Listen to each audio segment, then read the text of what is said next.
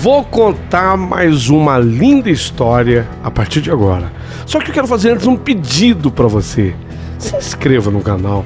É um gesto tão simples para você e tão significativo para o canal. Entra no canal, se inscreva, curta, põe o teu joinha, acione o sininho. Para nós isso é muito importante. O canal ganha força e muito mais histórias a serem contadas. Por favor, se inscreva no canal. Agora, prepara o coração, porque a história de hoje é linda.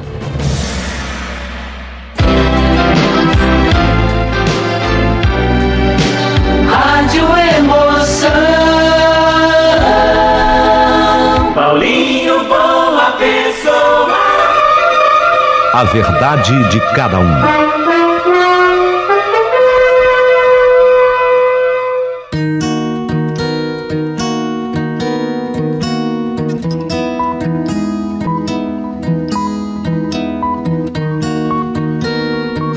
Meu querido amigo Paulinho Boa Pessoa, isso tudo eu acompanhei de perto. Em 1978, eu assisti a tudo isso de muito perto.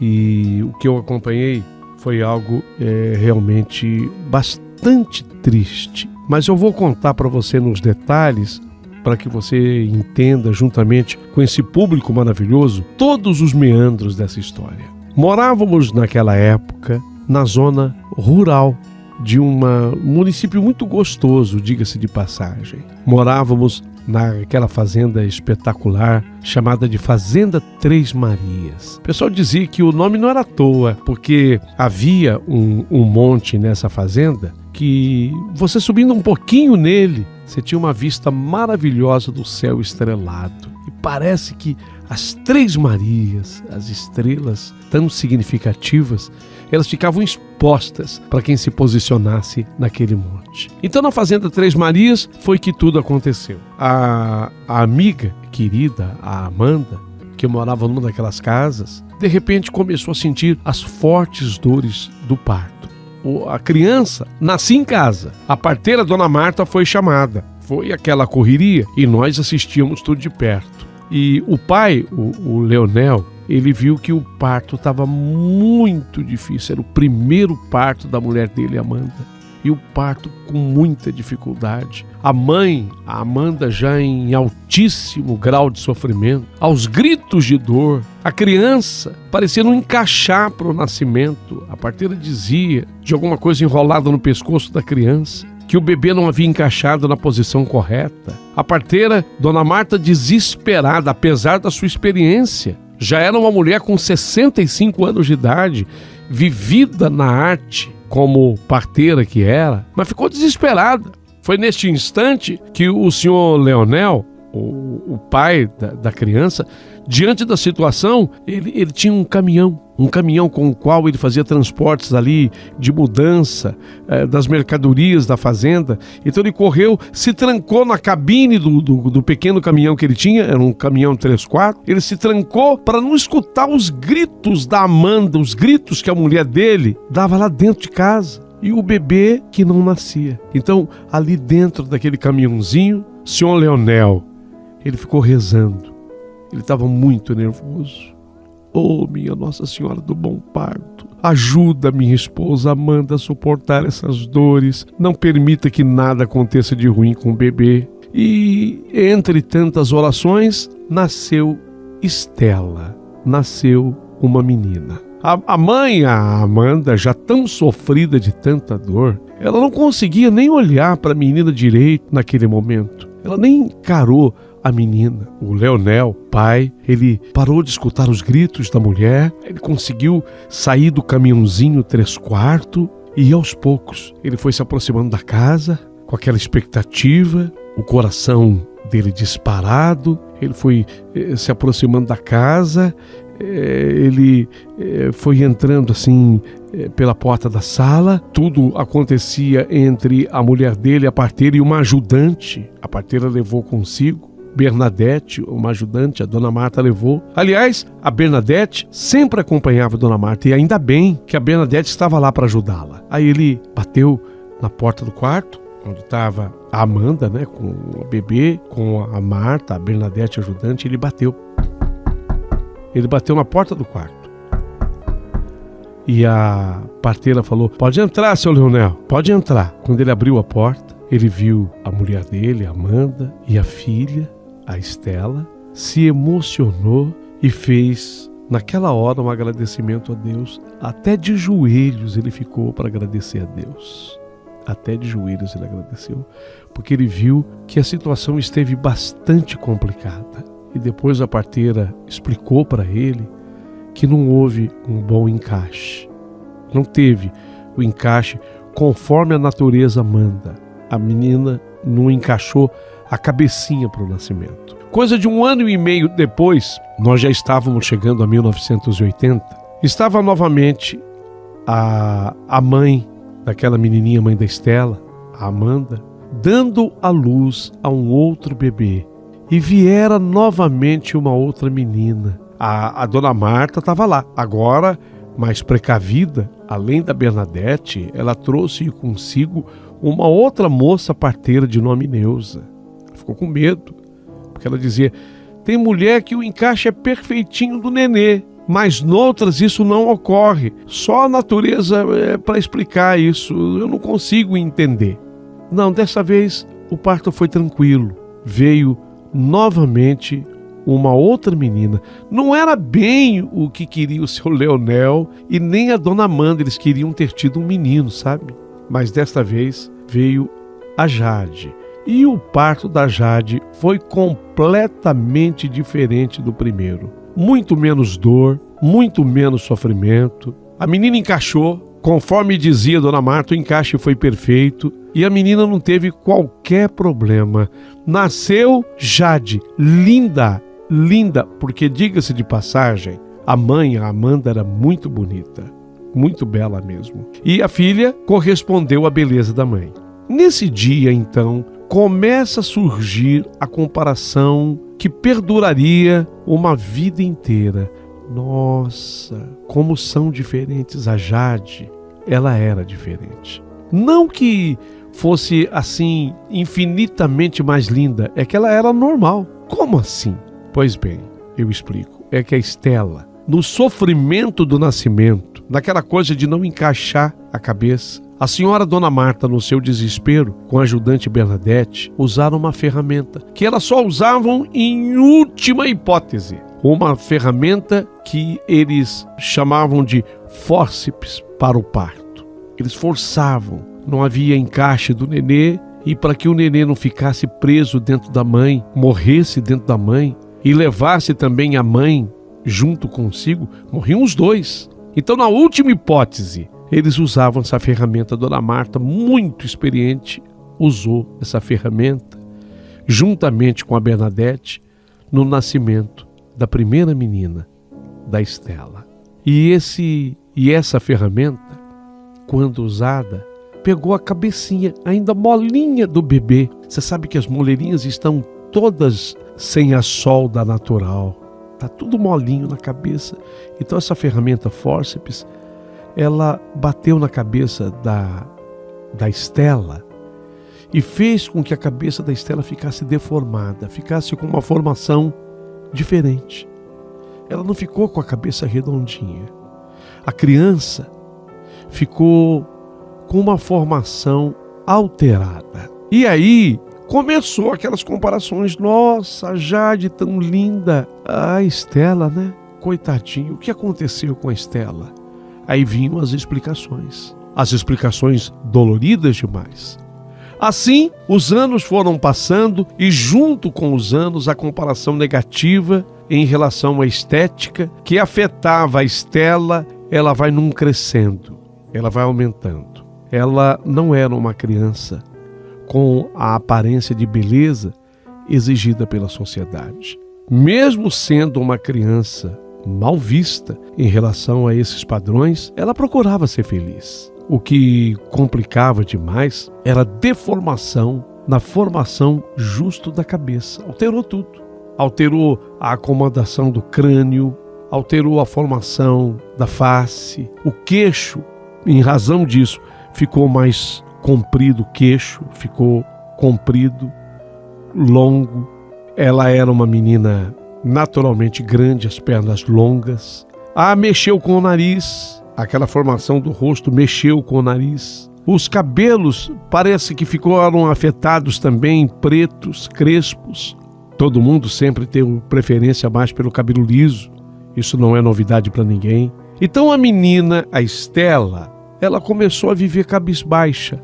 Ela tinha um semblante triste. Sorrir já não era mais o seu forte. Até porque o sorriso não era belo, porque entortou a boquinha. A formação craniana é fundamental nisso. Mexeu em toda a estrutura óssea da formação da sua face. Então ela tinha um sorriso torto, a boca ficou torta. Já a Jade, nossa, a Jade parecia uma boneca. Cabeça redondinha, bonitinha, os cabelos também ficaram claros, bonitos, nariz afilado. Ela parecia feliz, adorava sorrir, um sorriso perfeito, os dentes alinhados. Foi assim que nós vimos chegar o tempo de escola para ambas as meninas. O tempo de escola. A primeira menina, a Estela, ela não saía para o recreio. A verdade é que ela temia tanto aquelas comparações. Então a irmã dela, a Jade, a feliz, a Jade, a bonita, brincava normalmente com as crianças, corria, brincava de pique, brincava de boneca, e era de amarelinha, e jogava a peteca, enfim, brincava no balanço. Tudo que as crianças queriam fazer, ela topava, a Jade topava, estava de bem com a vida, autoestima lá em cima. Já sua irmã, a Estela, ela se escondia e arrumou um lugar para se esconder, dentro da capela da escola. Havia o colégio, no colégio das freiras tinha uma capela. Então, como nenhuma criança na hora do recreio queria saber da capela, estava todo mundo no pátio brincando, a capela passou a ser o lugar ideal da Estela. Era ali que ela se escondia, para não ficar com as demais crianças. Por quê? Porque ela se sentia envergonhada, porque ela se achava diferente, e realmente era. E aquilo ia se apresentando na vida da Estela como um incômodo. Ela achava horrorosa a comparação que se fazia. Não acredito, Estela, você é irmã da Jade, né? Incrível, mas vocês não se parecem. Quantas pessoas diziam isso, era como se uma espada fosse fincada dentro do coração da Estela, porque ela entendia perfeitamente o que a pessoa estava querendo dizer. Na sala de aula, nossa, a Jade na sala de aula se destacava, era destaque. Já na outra sala estava a sua irmã, a Estela, tentando se esconder lá no fundão, na última carteira. Ela não queria aparecer para não sofrer o perseguidor preconceito de não ser bonita. A cabeça fora deformada quando do seu nascimento. E aquilo comprometia demais a sua beleza. Ela começou a entender que essa situação era horrorosa para ela, pois as pessoas, elas olhavam de um jeito estranho para ela, admiravam-na, mas pela deformação e não pela beleza. Ela consegue detectar que o mundo da irmã, o mundo da Jade, era perfeito e completo. Ela vai se sentindo estanque deste mundo, cada vez mais fora. Era como se aquele mundo perfeito que vivia Jade, sua irmã, a Estela vê que aquele mundo não é dela. Era como se no mundo não tivesse um lugar para ela. Mas isso, sinceramente, ainda não era o pior da comparação negativa com a irmã, porque ela começou explicitamente em casa, no seio da família, onde a criança precisa se sentir segura, começou a existir a mesma coisa. Quer dizer, o único lugar em que a pessoa quer igualdade de tratamento é dentro de casa. Quando ela não tem lá fora, e ela não tinha, quando ela não tem na escola, quando ela não tem na rua, ela quer a sua casa. Ali é o lugar seguro, ali ela quer ser tratada com igualdade. Mas nem em casa havia tratamento igualitário. Também dentro de casa, ela percebe que tanto a mãe quanto o pai faziam a tal da comparação. Era o lugar onde ela poderia ficar longe da discriminação. Até esse local, o seu lar, falhava com Estela. O preconceito vinha exatamente de quem ela mais confiava, a própria mãe Amanda, junto de seus tios, suas tias, a maioria, e até a quem se aproximava da casa, como exemplo, uma amiga de sua mãe, que um dia, olhando para ela dentro da casa dela, da Estela, disse em um tom até que alto, sabe, em bom e alto tom, para a amiga, que era a Amanda, né, a mãe de ambas, tanto da Estela quanto da Jade. Ela falou para a mãe, sem dó nem piedade: olha, Amanda, eu não sei a quem essa menina sua puxou, não, porque ela não é bonita. A outra é tão linda, né? Nossa, Jade, né? A outra é tão linda. Nossa, essa Estela, ela é feia. Ó, nem foi o pai dela que ela puxou. Você é tão linda, Amanda. Mas o pai dela também não é assim de se jogar fora. Nossa, isso doía tanto no coração da menina. Nesse dia, eu nem sei como foi que ela suportou isso. Ela estava contando na época 8 para 9 anos de idade. Ela escutou e, ao ouvir aquele comentário da amiga da mãe, olhou para a mãe, acreditando que a mãe fosse sair na defesa dela, explicar, dizer alguma coisa, que ela não era feia, ela era a primeira filha, explicar, teve um acidente no nascimento dela, explicar, justificar. Ela ficou esperando, olhando para a mãe, acreditando que a mãe fosse defendê-la para dizer alguma coisa para aquela sua amiga. Sim, ela até imaginou, até a cena. A mãe deveria agir da seguinte forma. A menina imaginou: saia da minha casa agora! Aqui dentro da minha casa ninguém vai chamar minha filha de feia. E outra coisa, ela é tão linda quanto a irmã. É tão linda quanto a irmã. A única coisa é que ela teve um problema, um acidente na hora do nascimento. Por favor, coloque-se daqui para fora. Então, ela, Estela, iria abraçar a mãe emocionada, iria agradecer. Obrigada, mamãe. Os olhos dela brilhavam à espera de uma atitude da mãe, uma reação da mãe. No entanto, a mãe não agiu. Não houve atitude nenhuma. A reação não veio. Sua mãe ficou calada, e quem cala, consente. Agiu com a amiga como se nada tivesse acontecido. Estela, para não demonstrar sua dor, engoliu em seco, não chorou. Nesse dia segurou as lágrimas e depois, trancada no seu quarto, aí sim, depois ela chorou tudo o que tinha direito para chorar. Outros episódios também aconteceram depois desse. Quantos e quantos se repetiram. Como, por exemplo, sua mãe gostava de colocar uma música na vitrola quando se reunia com alguns familiares e pedia para as duas irmãs dançarem com ela. A Jade, na hora dessa dança, era tão admirada, brilhava com a sua beleza. Os olhares eram todos para Jade, os aplausos, acompanhados de boas palavras, também para Jade. Jade, ela era tão aplaudida. Já a Estela, aos poucos, ia deixando de dançar, ia saindo devagar daquela sala, porque ela já não chamava atenção, os olhares não eram para ela, ninguém notava que ela estava saindo. E mais uma vez, ela se recolhia no seu mundo, um mundo que só ela de fato conhecia. Assim, Estela foi crescendo. Também, de outro lado, a sua irmã, a Jade. Só que a Jade crescia em meio a tantos elogios de sua beleza. Agora também tinham os cognitivos. Afinal de contas, a sua irmã Estela demorava um pouco para aprender alguma coisa, levava gritos dos pais de burra, nunca vai ser inteligente como a sua irmã é. Doía, isso também doía. Ela não era destaque em nada. Então, aquela menina Estela, ela confiava na sua intuição de que ela não era isso. Não, ela repetia para si mesma: ela falava assim: não, eu não sou burra,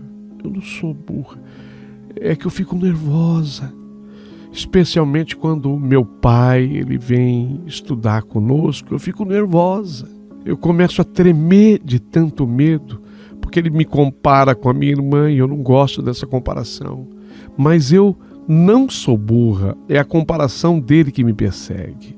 E aí ela, para não chorar na frente de todos, acabava sempre escondendo o choro, porque pensava que se chorasse, iria ser mais humilhada ainda. Por isso, sempre reprimia o choro no momento em que estava com o papai ou com a mamãe. E até mesmo segurava o choro quando alguém a chamava de menina feia. Era como se resistir ao choro fosse para ela uma defesa. Chega a adolescência. Então, Estela se tornou uma mocinha adolescente. Começou a conhecer agora pessoas da sua idade. Mas essas pessoas também não procuravam a sua amizade. Até a irmã, 1 ano e meio mais nova que ela, pois é, a Jade, a essa sim era procurada, não ela. A Jade já estava caracterizada como linda e inteligente. E ela, Estela, rotulada por todos como feia, e isso parecia uma incapacidade de viver normalmente entre as pessoas. Outra história lembrada por ela é que na época uma vizinha tinha uma casa na praia e nas férias sempre convidava a Jade para ir com ela. Jade, você vai viajar conosco, tá? Você vai sair de férias conosco, o pessoal quer junto, tá? Mas convidava exatamente a Jade, 1 ano e meio mais nova do que ela, a Estela. A Estela não era convidada. Isso também a fazia pensar que o motivo fosse o preconceito. Aquele preconceito a acompanhava, porque ela percebia como as pessoas olhavam para ela. Era de uma forma desprezível, sem nunca terem motivos para tanto, mas assim tratavam-na. A cada convite, ela se sentia excluída por uma família hipócrita, interesseira e cheia de preconceitos. Ela vai ficando isolada. Peraí, mas nem sempre é assim. Parece que sempre tem alguém. Tem, de fato tem. Um belo dia, Estela fez a sua primeira amizade, uma linda amizade por sinal. Era uma outra garota que também era considerada fora dos padrões de beleza. A garota era de uma família humilde que morava pertinho da sua casa. Ela era uma garota também diferente. Essa amizade não fora bem aceita pelo seu pai, que achava que ela precisava se relacionar com pessoas de melhor situação financeira. Mais um preconceito para ela enfrentar. Dessa forma, o pai fez de tudo para desfazer essa amizade. Não conseguiu, porém, porque a sua primogênita, Estela, ela tinha um temperamento forte. Era sua defesa. Ela precisava de um mecanismo de defesa para viver, para sobreviver. E aí o seu pai chateado dizia: olha, Estela, quer saber de uma coisa? Você nunca vai ser como a Jade, a sua irmã. Porque a Jade sabe escolher as amizades dela. Anda com pessoas importantes. Você não. Você escolheu essa menina. Você observa, ela não tem o seu nível. Outra coisa, ela é preta. E você sabe, ninguém trata as pessoas pretas normalmente, sabe? Você está me entendendo? Você está andando com um pobre? Você quer ser pobre a vida inteira? E você vai enegrecer, sabia? Pela primeira vez, a comparação não deixou a Estela mal. Não deixou a Estela mal. Porque era com essas pessoas mesmo que ela se identificava. Não porque fossem pobres e ricas, porque fossem negras, brancas ou qualquer outra coisa. E sim, ela se identificava porque eram as pessoas que verdadeiramente a compreendiam, a admiravam, a amavam. As que ela podia sorrir de verdade para elas. as que a faziam se sentir muito bem. Então aquela amiga, a Ana, aquela amiga negra, pobre, mas tão sincera, tão verdadeira, a fazia se sentir bem, gente, amada, admirada.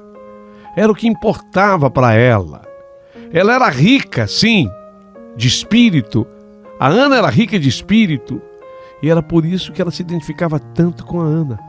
O pai, olha, o pai poderia dizer quantas vezes quisesse. Não tinha problema nenhum ouvir aquilo. Mas ela havia decidido. A Ana era a amiga que ela tanto amava e queria. Aos 17 anos, pois a Estela conheceu um rapaz. Era um moço bonito, inclusive esse rapaz, justo esse. Ele era considerado o mais bonito rapaz do colégio. 17 anos. Muitas garotas corriam atrás dele, menos ela. Sim, ela vivia e não tinha perdido aquele hábito, se escondendo dentro da capela. Era lá que ela se sentia mais segura. Dentro da capela, ninguém surgia, ninguém aparecia. Então, nunca passou pela cabecinha da Estela, pela imaginação da Estela, que um dia aquele rapaz pudesse olhar para ela. Afinal, uma garota que passou a vida inteira escutando que era feia. Ela achava que ninguém fosse desejá-la. Como é que o jovem mais bonito, ele era o mais bonito do colégio, como é que o Francisco iria enxergá-la? Ou qualquer até outro jovem? Não, ela não acreditava nisso. Ela gostava de ficar isolada dentro da capela.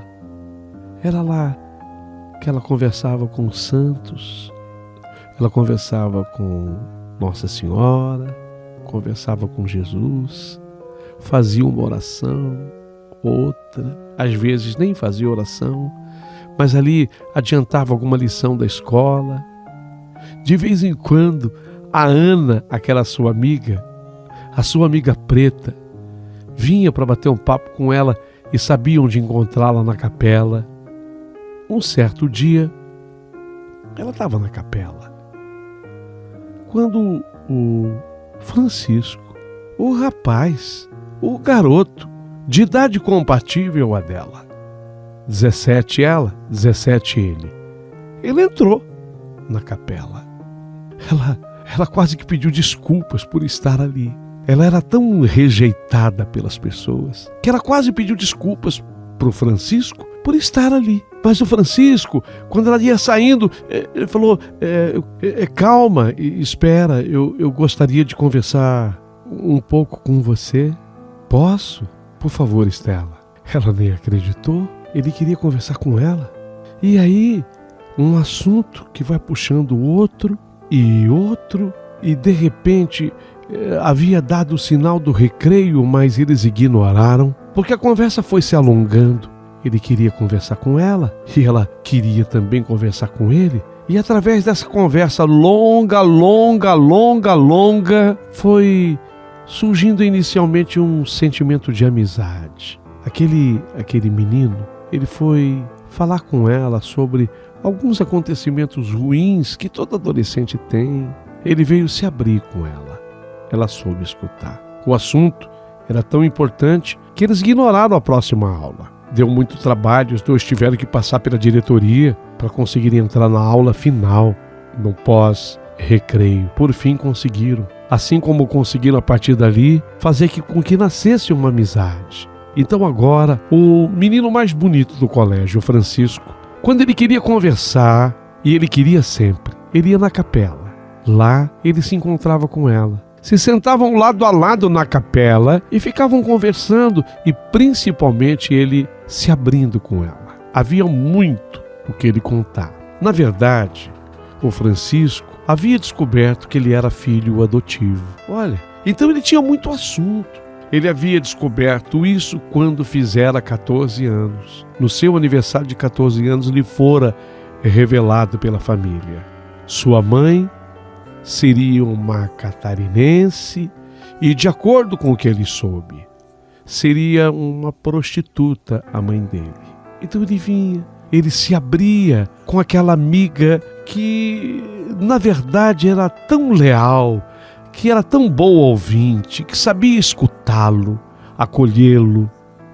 Era muito mais ele que tinha que falar do que ela própria. Gozado, impressionante. Mas ele sentia tanta confiança nela. Ele sentia tanta segurança com ela. Ele se abria e chegava ao momento até de chorar. Não raro, a Estela, ela tirava assim um lencinho que ela levava para a escola para enxugar as lágrimas do Francisco. Aquela amizade bonita, ela vai ganhando contornos de um sentimento mais belo ainda. O sentimento era o amor. Amor, por incrível que pareça, amor. Um dia, o Francisco surpreendeu a Estela dentro da capela. A beijou. Foi o primeiro beijo da vida dela. Um beijo tão cheio de sabores e, na sequência do beijo, um pedido de namoro. Ela, Estela, não acreditava que isso estivesse acontecendo com ela. Sim, estava. A pessoa com a qual ela dividia essa felicidade, essa alegria, era sua amiga Ana. A preta, a Ana. Ela contava tudo para Ana.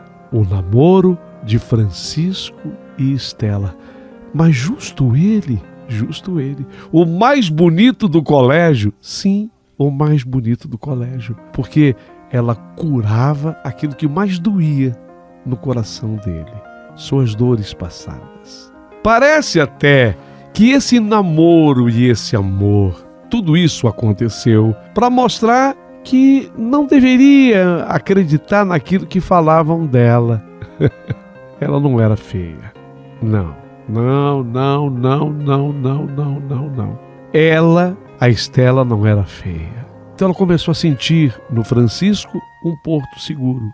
Também, agora ela começa a abrir as suas dores, abrir as suas angústias. Se o menino bonito tinha lá os seus problemas, e muitos, ao descobrir que ele era filho adotivo, portanto, e lhe foi revelado que a mãe seria uma prostituta catarinense, ela também tinha as discriminações sofridas, as dores sofridas, inclusive dentro da sua própria casa. Era um namorado, Francisco era um namorado, mas também era um grande amigo. Um certo dia, aquela resposta que ela esperou da sua amiga quando a amiga a criticou, lembram? Aquela amiga que a criticou para a mãe, que ela pensou que a mãe fosse defendê-la e a mãe não defendeu? Pois é, aquela resposta que ela esperou da mãe, ela escutou dele, Francisco. Que houve de novo a comparação negativa. E agora era feita também com o seu namorado Francisco, por ele ter um padrão de beleza, e o rapaz era bonito, a beleza que tanto a sociedade valoriza, ou melhor, valoriza ainda nos dias de hoje. Uma certa noite, estando eles juntos, ela foi mais uma vez criticada pela estética. Outra adolescente, a adolescente teria dito para o Francisco: não entendo você, Francisco. Ainda se fosse a irmã dela, a Jade, tudo bem, mas a Estela, você está namorando a Estela? Não acredito. Não acredita por quê? Disse o Francisco em resposta. Porque ela é feia. A Jade tudo bem, a Jade é linda, mas ela é feia. Foi quando ela escutou a resposta dada pelo Francisco. Veio do jeito que ela sonhava ouvir. Margarete, não fala mais comigo, nunca mais. Sai daqui, não quero te ouvir. Se é isso que você pensa da mulher que eu amo, eu não quero te ver nunca mais. Ela é minha namorada. Para mim, eu só consigo enxergar nela beleza. Ela é linda, tá? A beleza começa por dentro. E para mim ela é linda por dentro e por fora. Ela quase pulou de alegria. A Estela quase pulou de alegria. Ela riu, sorriu, ria. Pela primeira vez alguém a defendeu publicamente. Pela primeira vez ela não se importou com o preconceito que sofreu. E daí que a Margarete tivesse dito dela o que acabou de falar? Ele, Francisco, a defendeu. Então agora ela sentia o que era o amor verdadeiro. O tempo passou. O que ninguém acreditava aconteceu. Ela acabou se casando com o Francisco. Estela e Francisco se casaram. Nossa, muitas comparações ainda foram feitas, inclusive no dia do casamento. Mas quem assistiu à cerimônia foi obrigado a concordar de que ela acabou sendo uma noiva muito bonita mesmo. Gozado. As pessoas não paravam de comentar na cidade. A felicidade dela era tamanha, a felicidade dela era tão grande que transformara o rosto dela. Ela ficou mais bonita, ela ficou mais bonita. Teve gente que no dia do casamento engoliu seco, mas foi obrigada a engolir. A família do Francisco, os pais adotivos, os irmãos adotivos, davam total apoio para Estela, porque ela transformara o coração do Francisco. Francisco era lindo, ele era o mais lindo do colégio, mas ele era triste. Desde a descoberta aos 14 anos que ele era filho adotado e filho de uma prostituta. Eu não sei porque foram dizer isso para ele. Não foram seus pais adotivos que contaram, foi uma fofoca. E ele se entristeceu. E ela com a sua beleza, a beleza interna, ela conseguiu trazer para a vida do Francisco motivação. Aí é que está. O preconceito é terrível. O preconceito tem várias dimensões e ele pode caber na cor de pele, classe social, religião, deficiência, acidente, por aparência física, pela estética. Todos os preconceitos machucam suas vítimas. Eu penso comigo em quantos sonhos deixaram de ser realizados por causa desse sentimento chamado preconceito. Há pessoas que conseguem seguir, tocar a vida para frente, fingindo não escutar, sentindo dor, mas caminham, as duras penas, mas caminham, mas há outras que não conseguem, que ficam no meio do caminho, porque elas não suportam a dor advinda do preconceito. Mas eu preciso voltar para a nossa história. A menina Estela se transforma em mulher. Ela é a protagonista da minha história. Ela começou a amadurecer. Sim, muitos obstáculos enfrentados. Mas ela foi transpondo um a um, até que chegou nessa história. Ela estudou, fez a faculdade, se formou, conseguiu adquirir o que ela mais queria, conhecimento. Sim, hoje, pelo poder do conhecimento, ela é livre. Estela é livre para viver sem dar importância ao que pensam dela. Ela conhece a sua essência e isso é o que importa. E agora compreende que ela foi vítima. A vida inteira ela foi vítima, só que hoje, depois de tanto estudo, tanta leitura, ela sabe dar nome aos bois. Foi vítima de relações tóxicas. Hoje até incomoda, sabe? De certa forma, algumas lembranças. Mas ela conseguiu transpor tudo isso. Ela conseguiu a vitória. Tem muita gente que ficou paralisada diante da vitória obtida por ela. Ela trabalhou o alto amor. Ela ensina. Ela trabalhou o alto amor. É uma lição que essa história tem que deixar no coração das pessoas que estão ouvindo. E olha que eu estou longe ainda do final. O alto amor é aprender, trabalhar o alto amor é aprender a gostar de si próprio, a gostar de si própria. É muito importante. O preconceito estético não atinge mais a Estela. Porém, pensa e se preocupa com quantas outras meninas existem por aí que passaram, que passam ainda por problemas semelhantes ao dela, muito parecidos. Pessoas que acabam desrespeitadas, comparadas, porque normalmente tem pessoas que acabam batendo nessa tecla da comparação e é isso que realmente destrói. Então hoje ela ensina para quem quiser ouvir. Ela se fez muitas vezes, Estela, de surda. É importante. Ela diz: a gente tem que aprender a ser surda. Não vale a pena discutir tudo que você escuta. Tem gente que faz questão, até não entendeu direito o que a pessoa falou, mas faz questão. O que foi que você falou aí? Você falou de mim, é? Nem entendeu, mas se sente incomodada, quer fazer valer a sua voz. Não, se faça de surda. E quantas vezes eu me fiz de cega? O pior cego não é aquele que se faz de cego às vezes. É só mesmo aquele que não quer ver o óbvio.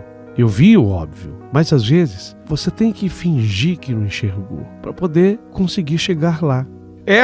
Estela ensina ainda que ela aprendeu a acreditar nela, no seu potencial. Hoje sim, ela sabe do seu valor e ninguém vai tirar isso dela. Agora se sente bem do jeito dela. Aprendeu a gostar muito de si própria e evoluiu. Hoje, a Estela que estudou direito, e no direito prestou concursos, foi aprovada na função de juíza de direito.